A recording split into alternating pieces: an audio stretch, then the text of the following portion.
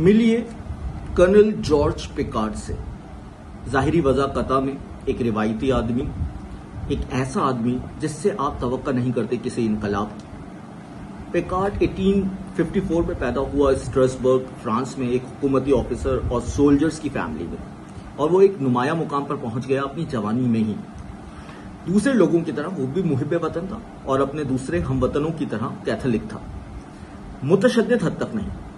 वो एक तहजीब याफ्ता शख्स था और यहूदियों के खिलाफ प्रोपेगेंडे को समझता था, लेकिन वो उसी फिजा में सांस ले रहा था जिसमें एंटीसेमिटिज्म की बसी हुई थी फिजा, और यहूदियों के खिलाफ रिफ्लेक्सिवली डिस्डेनफुल एटीट्यूड यानी गैर इरादी तौर पर हिकारत आमेज रवैये के साथ ही पले बढ़ा था। इसलिए पिकार्ड को इस बात पर यकीन करने में कोई दुश्वारी नहीं हुई जब 1894 में उनको बताया गया कि एक यहूदी रुकन फ्रेंच जर्नल स्टाफ का जासूस निकला। ड्राइफस को डेविल आइलैंड भेजने के बाद कर्नल पिकार्ड को तरक्की दी गई और काउंटर स्पेनियज डिपार्टमेंट का चार्ज दिया गया, जिसने ड्राइफस के मामले की तहकीकात की थी। पिकार्ड को ड्राइफस के खिलाफ मजीद जवाब तलाश करने का टास्क दिया गया, तो पिकार्ड ने तलाश शुरू की, लेकिन वो नाकाम रहा कुछ और मजीद एविडेंस तलाश करने में, ढूंढने में। तहम एक मजीद अहम मामले ने अहमियत इख्तियार कर ली। एक और जासूस निकला, कुछ और कटे फटे खतूत जर्मन्स के लिए दरियाफ्त हुए। इस दफा मुजरिम एक फ्रेंच ऑफिसर था जिसका नाम था फर्डिनेंड एस्टरहेजी। एस्टरहेजी को ड्रिंकिंग प्रॉब्लम थी, गैबलिंग प्रॉब्लम थी, और वो कर्ज में सर से पैर तक डूबा हुआ था, और ये उसे काफी जवाब मुहैया करता था जर्मन्स को मालूमात बेचने में।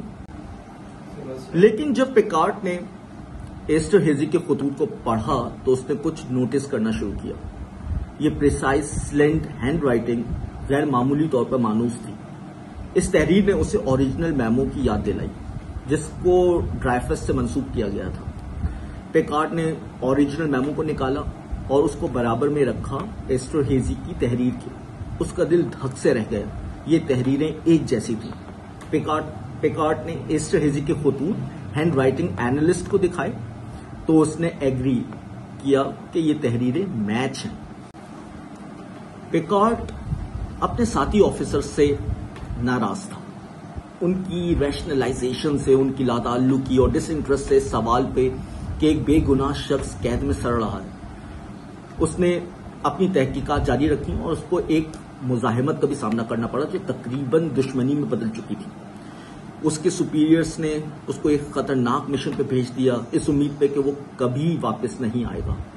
जब यह हरबा भी नाकाम हो गया, उन्होंने उसको इन इल्जामात पे हिरासत में लिया कि उसने सेंसिटिव इंफॉर्मेशन को लीक किया है। लेकिन 10 साल बाद पिकार्ड कामयाब हो गया और ड्राइफस को मुकम्मल तौर पर माफ कर दिया गया। ड्राइफस मजीद 30 साल जिंदा रहा अपनी रीइंस्टेटमेंट के बाद, बावजूद इसके कि ड्राइफस की सेहत वैसी नहीं रही जैसे पहले थी, और असल जासूस एस्टरहेजी मुल्क से फरार हो गया और गुर्बत में मरा। जब कभी पिकार्ड से कोई पूछता उसने ये सब क्यों किया, उसने इतनी जफाकशी से मेहनत क्यों की सच्चाई को बेनकाब करने की, जिसके नतीजे में रिहाई मिली ड्राइफस को, और उसने अपने करियर को खतरे में डाला और अपनी आजादी को इस अमल से, वो बहुत सादा सा जवाब देता, और हमेशा ही, क्योंकि ये मेरी जिम्मेदारी थी।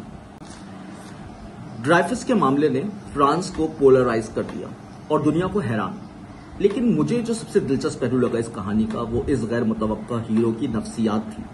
अपने कोलीग्स की तरह पिकार्ड के पास काफी मुहर्रिकात थे इस बात पे यकीन करने के कि ड्राइफस कसूरवार था। वो यहूदियों पे एतमाद नहीं करता था और वो ड्राइफस को बतौर इंसान पसंद नहीं करता था।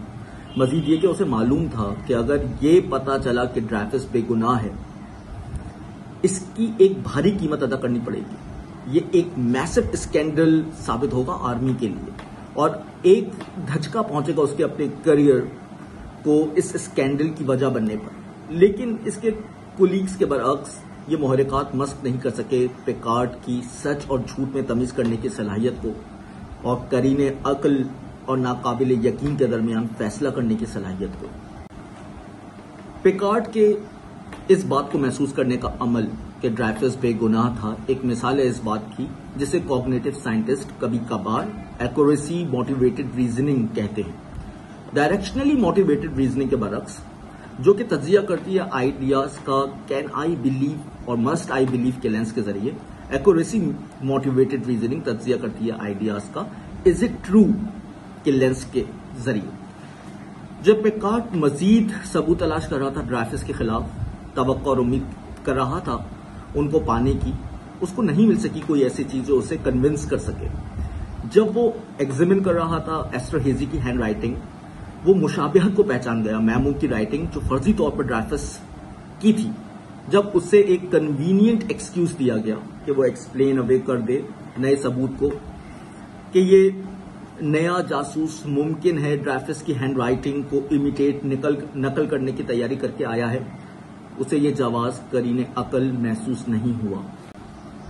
अगर डायरेक्शनली मोटिवेटेड रीजनिंग एक सोल्जर की तरह है जो कि थ्रेटनिंग एविडेंस के खिलाफ लड़ रहा है, तो एक्यूरेसी मोटिवेटेड रीजनिंग एक खोजी स्काउट की तरह है जो अपने स्ट्रेटेजिक लैंडस्केप का मैप बना रहा है।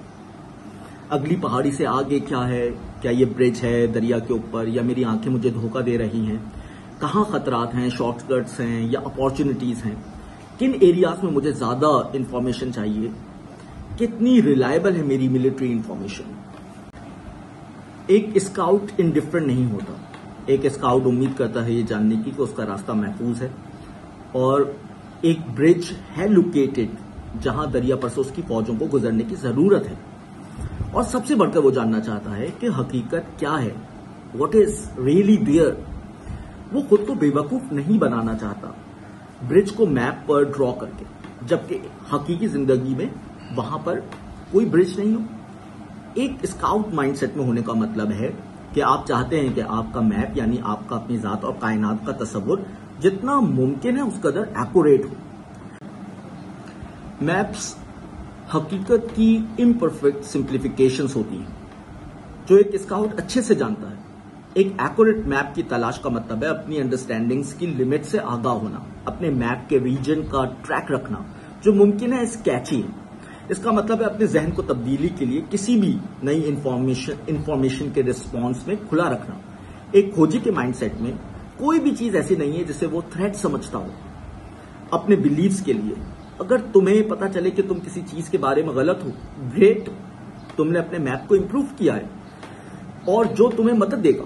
जिंदगी हमारी कई जजमेंट्स कॉल्स पर मबनी है और जितना ज्यादा आप अवॉइड करते हैं अपने परसेप्शन ऑफ रियलिटी को मस्क करने से, उतनी बेहतर आपकी जजमेंट्स होंगी।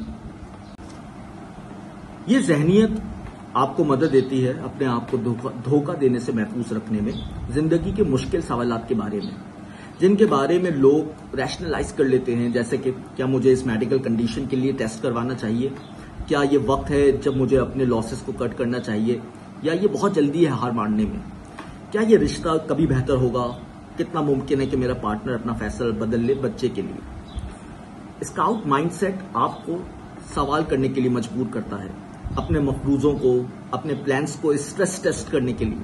अगर आप किसी नई प्रोडक्ट को पेश कर रहे हैं, किसी मिलिट्री मुनोवर को, तो आप सवाल करते हैं कि कौन से ऐसे मुमकिन तरीके हैं जिनसे ये फेल हो जाएगा। नतीजतन ये आपको आपके मंसूबों को मजबूत बना देता है उन पॉसिबिलिटीज के खिलाफ। अगर आप एक डॉक्टर हैं तो इसका मतलब है आप कंसीडर करेंगे अल्टरनेट डायग्नोसिस को अपने इनिशियल गैस पे सेटल होने से पहले। जैसा कि एक बेहतरीन क्लिनिशियन अपने आप से पूछता है अगर उसे शक होता है कि मरीज को नमूनिया है या नहीं। मिसाल के तौर पर, अगर ये नमूनिया नहीं है तो इसके अलावा क्या है। अगर वकील इंतखाब कर रहा है केसेस का या तैयारी कर रहा है ट्रायल की, तो उनको जरूरत है कि वो एक्यूरेट पिक्चर बनाए अपने केस की, स्ट्रेंथ और वीकनेसेस की। अगर आप अपनी साइड को ओवर एस्टिमेट करेंगे तो आप तैयारी कर रहे हैं एक रूट अवेकनिंग के लिए कोर्ट में। इसीलिए तजर्बाकार वकील अक्सर ऑब्जेक्टिविटी को साइड करते हैं और सेल्फ स्केप्टिसिज्म एक ऐसी स्किल है जो वो अपने करियर में सीखते हैं। हम अपने रिलेशनशिप्स में दूसरों के साथ ऐसे सेल्फ कंटेन्ड बयानिए कंस्ट्रक्ट करते हैं जो हमें दाखिली तौर पर ऑब्जेक्टिव फैक्ट्स महसूस होते हैं, एक आदमी के लिए my partner is coldly ignoring मी, दूसरे के लिए हो सकता है कि I am respectfully giving him space. एक आदमी का ऑथेंटिक दूसरे के लिए रूड हो सकता है। दूसरों की इंटरप्रिटेशंस, ताबीरों को कंसीडर करने के लिए आम आदमी या ये यकीन करना कि दूसरों की रीजनेबल इंटरप्रिटेशंस, ताबीरात हमारी ताबीर के अलावा भी हो सकती हैं, एक स्काउट माइंडसेट के लिए जरूरी है। एक ऐसा शख्स बनना जो सच्चाई को खुशामदेद कहता हो, चाहे वो कितनी ही तकलीफ दे क्यों ना हो, दूसरे लोगों को आपके साथ ऑनेस्ट होने के लिए आमादा करता है। आप कह सकते हैं अपने पार्टनर को कि वो आपको अपनी मुश्किलात के बारे में बताए जो आपकी रिलेशनशिप में है।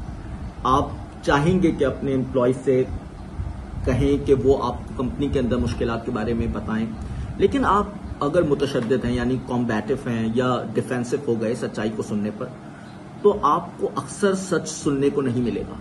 कोई भी ऐसा मैसेंजर बनना नहीं चाहेगा जिसे गोली मार दी जाती है। ये खोजी और फौजी आर्कीटाइप्स हैं।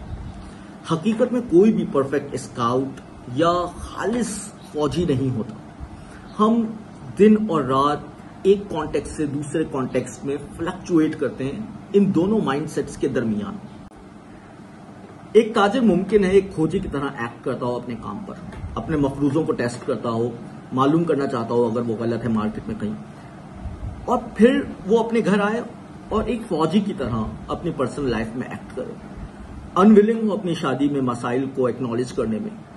एक बिजनेसमैन मुमकिन है एक स्काउट माइंडसेट का हामिल हो जब वो अपने दोस्त से कंपनी के बारे में बात करे और गौर करे उसके साथ कि उसके करंट प्लान्स गलत हैं या नहीं, और फिर फौजी माइंडसेट का हामिल हो या उसमें बदल जाए जब वो ऑफिस जाए अगले दिन और गैर इरादी तौर पर डिफेंड कर रहा हो अपने प्लान्स को जब उसका को फाउंडर उस पर तनकीद करे। हम सब फौजी और खोजी का मिक्सचर है, लेकिन कुछ लोग खास कॉन्टेक्स्ट में बेहतर खोजी होते हैं दूसरों से।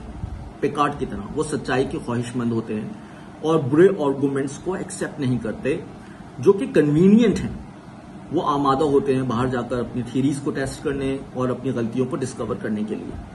वो आगाह होते हैं इस इम्कान से कि मुमकिन है उनका मैप ऑफ रियलिटी गलत हो, और वो अपने फैसले तब्दील करने के लिए ओपन होते हैं। शुक्रिया।